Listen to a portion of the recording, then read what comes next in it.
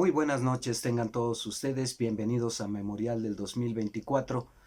Un tema breve antes de pasar al principal y que tiene que ver con las encuestas, con esta particularmente que Massive Caller publicó la semana pasada apenas después de transcurrido el debate y que ponía 2 décimas encima a Xochitl Gálvez.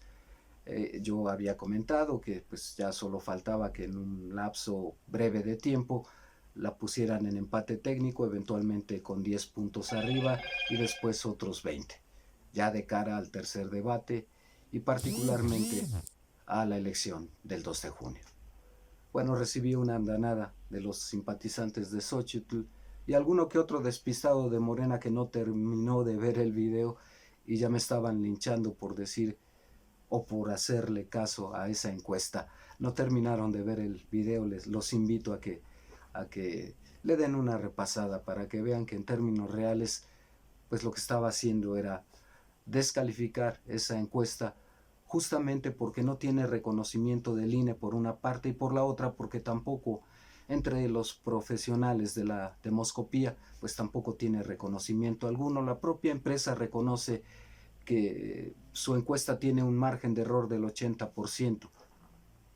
Ni hablar, no sé cómo así espera que le creamos. Pero por si eso no fuera suficiente, pues la aclaración que hace Max Cortázar, que ya prácticamente es el coordinador de campaña de Xochitl Gálvez, porque Santiago Krill ni se aparece ni pinta y parece más un lastre, y como que no tiene una buena relación con Xochitl Gálvez.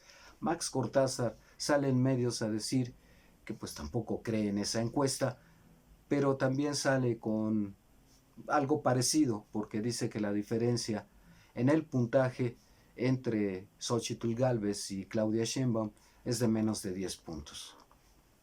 Ni hablar. Allá ellos y su empecinamiento en querer ver las cosas de esa manera. Dicen de aquel lado que pues le tienen tanto miedo o le tenemos tanto miedo a Xochitl. Yo en absoluto, porque yo no compito de ninguno de los dos lados. Simplemente me dedico a retratar lo que está ocurriendo, que Morena le tiene tanto miedo a Xochitl Gálvez que entonces ¿por qué se espanta tanto de una encuesta? Yo creo que es al revés, los que están espantados son PRI, PAN, PRD y la propia candidata, porque entonces no estarían invitando a Movimiento Ciudadano, invitando entre comillas, denostándolo y forzándolo, ofendiéndolo, para obligarlo a que se sume a sus filas, olvidando todo lo que le hicieron en Nuevo León con Samuel García, olvidando cómo los han humillado, olvidando incluso cómo utilizaron el Congreso de Nuevo León para jugarle chueco en lugar de dejar una libre competencia. Le hicieron la vida imposible hasta obligarlo, por los hierros de Samuel García, a bajarse de la contienda presidencial. Y sin embargo, ahora le están pidiendo entre insultos y medio halagos, pero son más los insultos que se una a Xochitl Gálvez. Y ni con los puntos de Maynes consiguen alcanzar a Sheinbaum. Así están las cosas. Los que tienen miedo y quieren sumar a Movimiento Ciudadano están en otra parte. Pero conviene la aclaración porque a final de cuentas estas estrategias de insultar para obligar al otro a que se sume reflejan lo urgidos que están, sobre todo porque están viendo que Maynes, pianito, sí está demostrando crecimiento, sobre todo por esa campaña que ha hecho entre los jóvenes. Insisto, tampoco le voy a Maynes, pero no tengo ningún interés en denostarlo o en insultarlo como han hecho PRI, PAN, PRD, diciendo que es un objeto decorativo. Hay que ver cómo está creciendo y por eso les preocupa.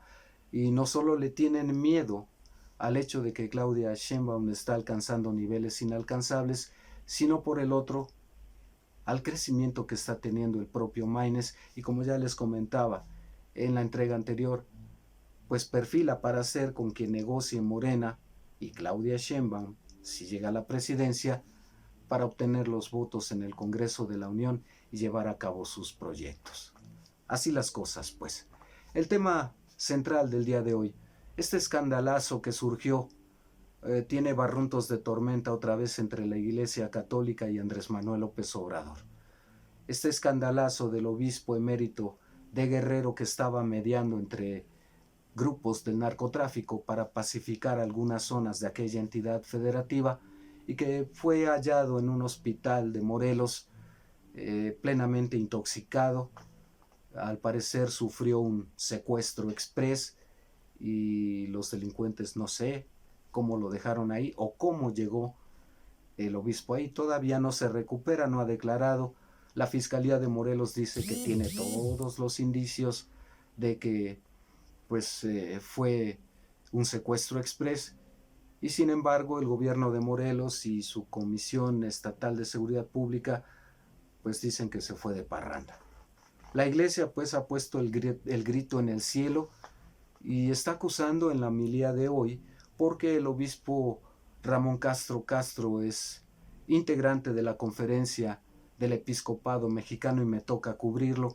En la homilía de hoy acusó directamente, ya saben a quién, dice él, al inquilino de Palacio Nacional, de orquestar toda una campaña de difamación en contra de la Iglesia Católica para desprestigiarla, restarle calidad moral, para emitir alguna opinión con respecto al proceso electoral o para juzgar lo que está ocurriendo, sobre todo en materia de seguridad que tanto ha afectado a la tierra de Zapata.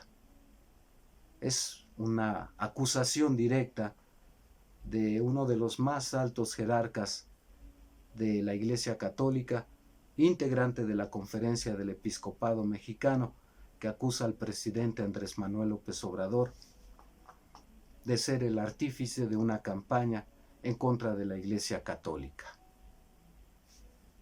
¿Hasta dónde va a llegar este conflicto? Creo que en el entendido de que sabemos de qué lado batea la Iglesia Católica, pues son posturas irreconciliables, porque tenía yo pendiente comentarles de alguna manera las posiciones que ha tenido la Iglesia Católica con el Estado mexicano. Y generalmente han sido, después de un largo rompimiento de relaciones entre México y el Vaticano a raíz de la Guerra Cristera, es hasta 1993, más o menos 93, que restablecen relaciones porque, entre otras cosas, Carlos Salinas de Gortari, el presidente que llegó con el fraude del 88, seguía necesitando legitimarse, y quién mejor que la Iglesia Católica para ello.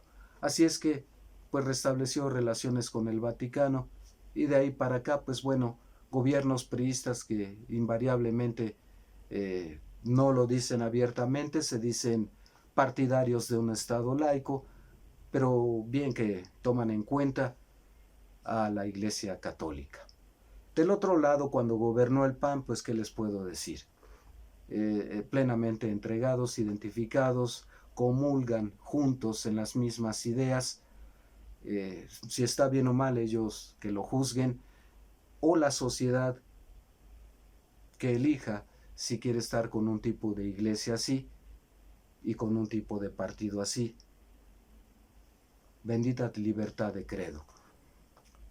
El hecho es que durante esos regímenes con Acción Nacional se llevaron de perlas. Quien no recuerda a un exgobernador de Jalisco ebrio en un evento público, mentando madres, diciendo que había donado más de 100 millones de pesos a la Iglesia Católica y háganle como quieran?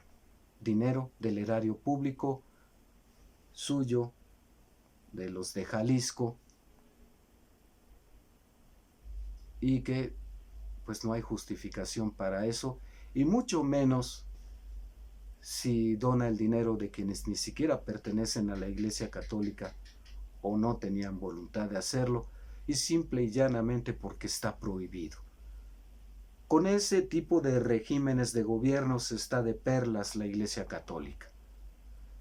Ya les he comentado de don Sergio Méndez Arceo, principios de los 70, le decían el obispo rojo, también obispo de Cuernavaca, defenestrado y repudiado por la propia Conferencia del Episcopado Mexicano y por el resto de los obispos del país, unos 2 o 3 que integraban la teología de la liberación, que ponía en primer lugar a los pobres, y le decían el obispo rojo porque le decían que era comunista.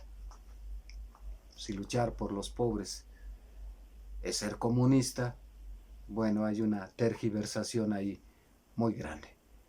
Evidentemente llegamos hasta nuestros días y cuando la Iglesia convoca la firma de este pacto por la paz a las 3 candidatas presidenciales, en su exposición de motivos parte del hecho de que este país es un desastre en materia de seguridad y prácticamente está responsabilizando al presidente de ello y quiere que las candidatas firmen eso, las que son de oposición, por ejemplo en el caso de Xóchitl Gálvez de Mil Amores.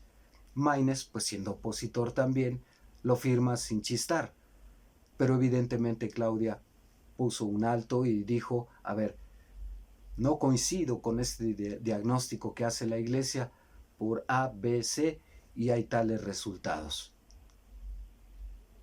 Y en todo caso hay que ver más a fondo la metodología que utilizó la Iglesia para llegar a estas conclusiones y firma bajo la condicionante de que hay que incluir un pronunciamiento suyo rechazando precisamente el diagnóstico y también incluyendo las cosas que ha hecho este gobierno que son insuficientes, y en eso puedo coincidir con todos ustedes y con la Iglesia, de que son insuficientes para frenar la ola delictiva que azota al país.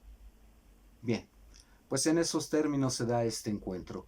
Más de algún mal pensado había dicho que este ataque al obispo, su desaparición, al obispo emérito de Guerrero que estaba mediando entre los cárteles criminales en Guerrero para pacificar algunas zonas, han querido decir que hasta que se dieron cuenta que apareció el obispo en un hotel sabe Dios cómo, parafraseando, y completamente drogado, pues algunos consideran que se fue de parranda. Pero mientras no aparecía, ya decían las malas lenguas y los mal pensados que lo iban a utilizar para atacar al presidente, diciendo que ni la Iglesia se salvaba de la inseguridad. No esperaban, me imagino yo, ni la conferencia del episcopado, ni muchos otros religiosos, que en tales condiciones apareciera el obispo emérito de Guerrero. Todavía faltan muchas cosas que aclarar, yo no quiero prejuzgar, es un hombre ya mayor que ha dedicado su vida a mediar precisamente estos problemas entre grupos criminales para que al menos no toquen a la sociedad y en gran medida suple algunas tareas que estaría o que no puede definitivamente hacer el Estado, porque el Estado no se puede sentar a negociar con los cárteles de la droga, no al menos un Estado, un gobierno que siquiera combatirlos y terminar con ellos. Nos queda claro que durante el régimen de Felipe Calderón Hinojosa, pues su principal negociador con los cárteles ya está preso en Nueva York esperando sentencia por haberle servido bien a los cárteles. Bueno, pues se cayó la pretensión, si es que esa era, de culpar al régimen. Por cierto que el obispo emérito de Guerrero es uno de los más férreos opositores a Andrés Manuel López Obrador. Y el obispo Ramón Castro no es la excepción. En términos generales, la relación de la Iglesia Católica con Andrés Manuel López Obrador no ha sido buena.